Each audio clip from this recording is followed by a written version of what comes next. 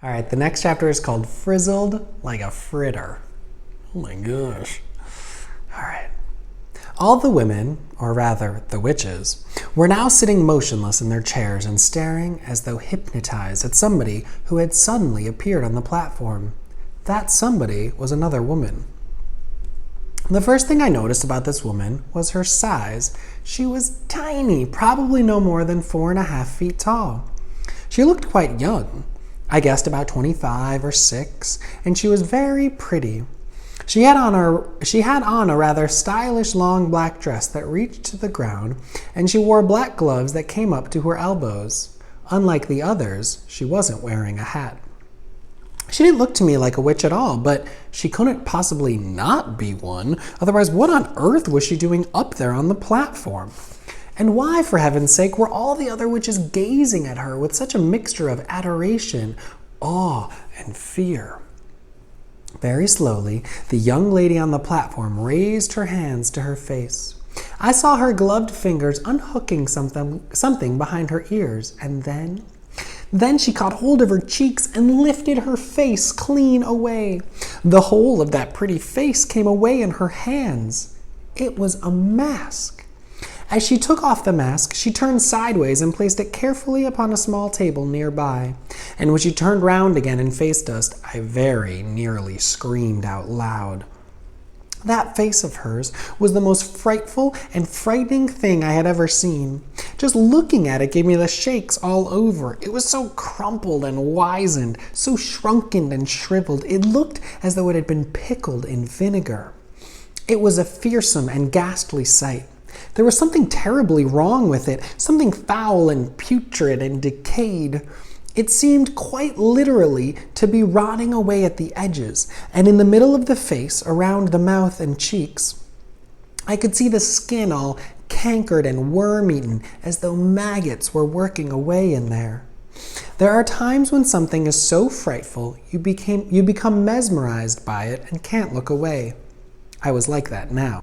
I was transfixed. I was numbed.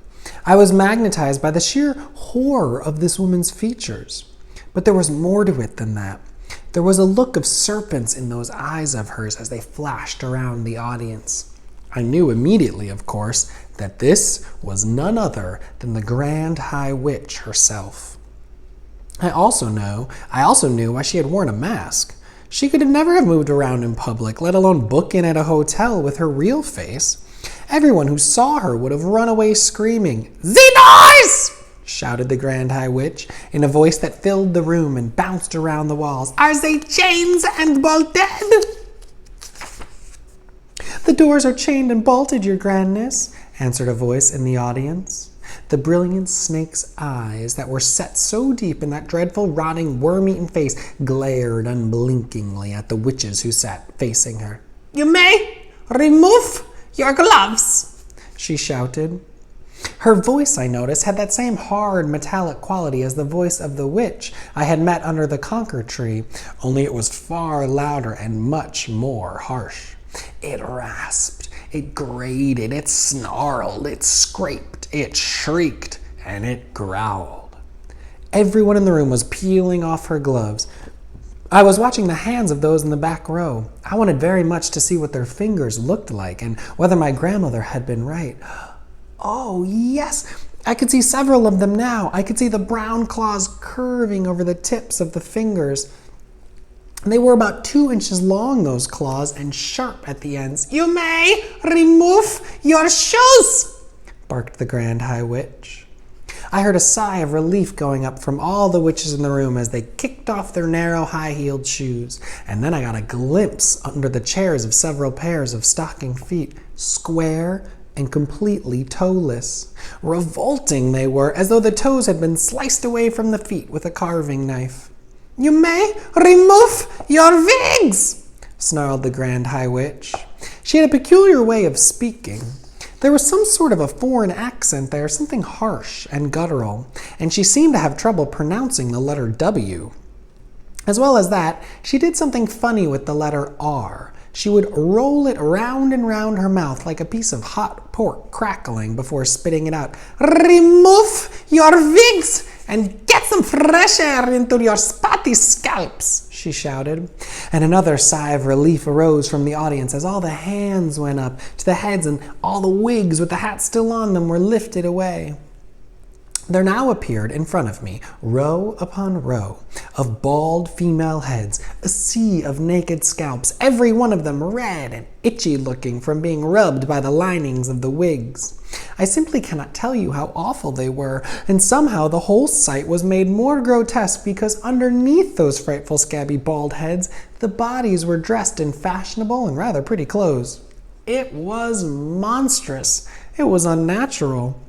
"Oh, heavens," I thought. "Oh, help. Oh, Lord, have mercy on me. These foul, balded-head females are child killers, every one of them. And here I am, imprisoned in the same room, and I can't escape." At that point, a new and doubly horrifying thought struck me. My grandmother had said, with their special nose holes, they could smell out a child on a pitch-black night from across the other side of the road. Up to now, my grandmother had been right every time. It seemed a certainty, therefore, that one of the witches in the back row was going to sniff me out at any moment, and then the yell of "Dogs droppings" would go up all over the room, and I would be cornered like a rat. I knelt on the carpet behind the screen, hardly daring to breathe. Then, suddenly, I remembered another very important thing my grandmother had told me. "The dirtier you are," she had said, "the harder it is for a witch to smell you out." How long since I last had a bath? Oh, not for ages. I had my own room in the hotel, and my grandmother never bothered with silly things like that. Come to think of it, I don't believe I'd had a bath since we arrived. When had I last washed my hands or face? Certainly not this morning. Not yesterday either. I glanced down at my hands. They were covered with smudge and mud and goodness knows what else besides. So, perhaps I had a chance after all. The stink waves couldn't possibly get out through all that dirt. "Witches of England!" shouted the Grand High Witch. She herself, I noticed, had not taken off either her wig or her gloves or her shoes. "Witches of England!" she yelled. The audience stirred uneasily and sat up straighter in their chairs. "Miserable witches!" she yelled. "Useless, lazy witches! Feeble, fribbling witches! You are a heap of idle, good-for-nothing worms!" A shudder went through the audience. The Grand High Witch was clearly in an ugly mood, and they knew it. I had a feeling that something awful was going to happen soon. "I am having my breakfast this morning," cried the Grand High Witch, "and I am looking out the window at the beach. And what am I seeing? I am asking you, what am I seeing? I am seeing a revolting sight. I am seeing hundreds. I am seeing thousands of rotten, repulsive little children playing on the sand. It is putting me right off my foot. Why have you not got rid of them?" she screamed. "Why have you not rubbed them out, these filthy, smelly children?" With each word she spoke, flecks of pale blue phlegm shot from her mouth like little bullets. "I am asking you, why?" she screamed. Nobody answered her question. Children smell!" she screamed. "They stink out the world. We do not want these children around here." The bald heads in the audience all nodded vigorously. "One child a week is no good to me," the Grand High Witch cried out. "Is that the best you can do?" "We will do better," murmured the audience. "We'll do much better." "Better is no good either," shrieked the Grand High Witch. "I demand maximum results. So, here are my orders. My orders are that every single child in this country shall be rubbed out, squashed, squirted, skittered, and frittered before I come here again in 1 year's time. Do I make myself clear?" A great gasp went up from the audience. I saw the witches all looking at one another with deeply troubled expressions. And I heard one witch at the end of the front row saying aloud, "All of them? We can't possibly wipe out all of them." The Grand High Witch whipped round as though someone had stuck a skewer in her bottom. "Who said that?" she snapped. "Who dares to argue with me? It was you, was it not?" She pointed a gloved finger as sharp as a needle at the witch who had spoken. "I didn't mean it, your grandness," the witch cried out. "I didn't mean to argue. I was just talking to myself." "You dare to argue with me?" screamed the Grand High Witch. "I was just talking to myself," cried the wretched witch. "I swear it, your grandness." She began to shake with fear. The Grand High Witch took a step forward, and when she spoke again, it was in a voice that made my blood run cold. "A stupid witch who answers back must burn until her bones are black," she screamed. "No, no," begged the witch in the front row. The Grand High Witch went on. "A foolish witch without a brain must sizzle in the fiery flame." "Save me!" cried the wretched witch in the front row. The Grand High Witch took no notice of her. She spoke again. "An idiotic witch like you must roast upon the barbecue." "Forgive me, oh, your grandness," cried the miserable culprit. "I didn't mean it." But the Grand High Witch continued with her terrible recital. "A witch who dares to say I'm wrong will not be with us very long." A moment later, a stream of sparks that looked like tiny white hot metal fillings came shooting out the Grand High Witch's eyes and flew straight towards the one who had dared to speak. I saw the sparks striking against her and burrowing into her, and she screamed a horrible, howling scream, and a puff of smoke rose up around her. A smell of burning meat filled the room. Nobody moved. Like me, they were all watching the smoke, and when it cleared away, the chair was empty. I caught a glimpse of something wispy white, like a little cloud fluttering upwards and disappearing out the window. A great sigh rose up from the audience. The Grand High Witch glared around the room. "I hope nobody else is going to make me cross today," she remarked. There was a deathly silence. "Frizzled like a fritter," said the Grand High Witch. "Cooked like a carrot.